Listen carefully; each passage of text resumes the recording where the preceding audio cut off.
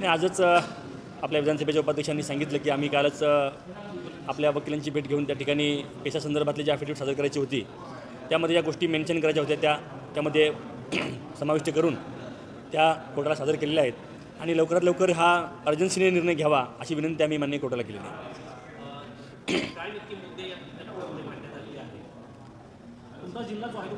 आदिवासी जिल्हा आहे. जवळपास 2250 जागा या संपूर्ण जिल्ह्यामध्ये पालघर जिल्ह्यात रिक्त आहेत आणि त्यामुळं हे सर्व जागा रिक्त असल्यामुळे आमच्या इथे शिक्षणाचा दर्जा घसरलेला आहे.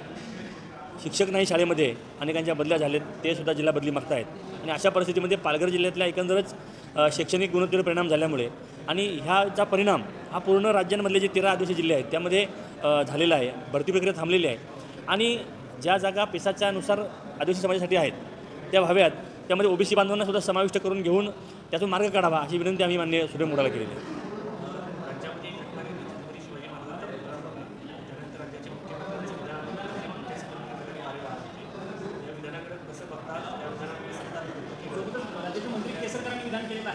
हो हो नाही, खरं म्हणजे हे बेजबाबदार विधानं आहेत. आपण बांधलेला पुतळा शिवाजी महाराजांचा, हा मान्य शिवाजी महाराजांचा, हा त्या ठिकाणी पडतो आहे आणि त्याला नैसर्गिक कारण द्यायचं हे काही बरोबर नाही. 350 वर्षापूर्वीच्या काळानंतर अनेक मागच्या 100-150 वर्षाचे पुतळे अजून चांगल्या सुस्थितीमध्ये आहेत आणि असं असताना काल परवा 6 महिन्यापूर्वी बांधलेला पुतळा त्या ठिकाणी भग्न होतो आहे, ही अतिशय चुकीची गोष्ट आहे.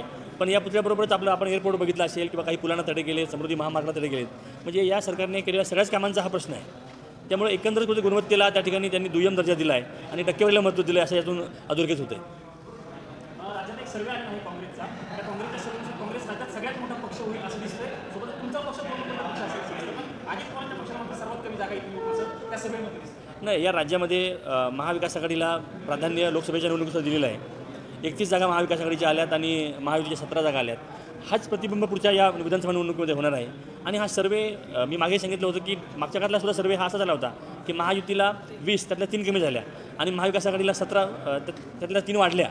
हा सेम सर्वे होता. त्यामुळे हा सुद्धा सर्वे खरा ठरेल ही जनतेची भावना आहे. 100%. धन्यवाद. देश विदेशातील प्रत्येक घडामोडींचे लाईव्ह अपडेट मिळवण्यासाठी आता साम टीव्हीच्या सर्व सोशल मीडिया प्लॅटफॉर्मला लाईक, फॉलो आणि सबस्क्राईब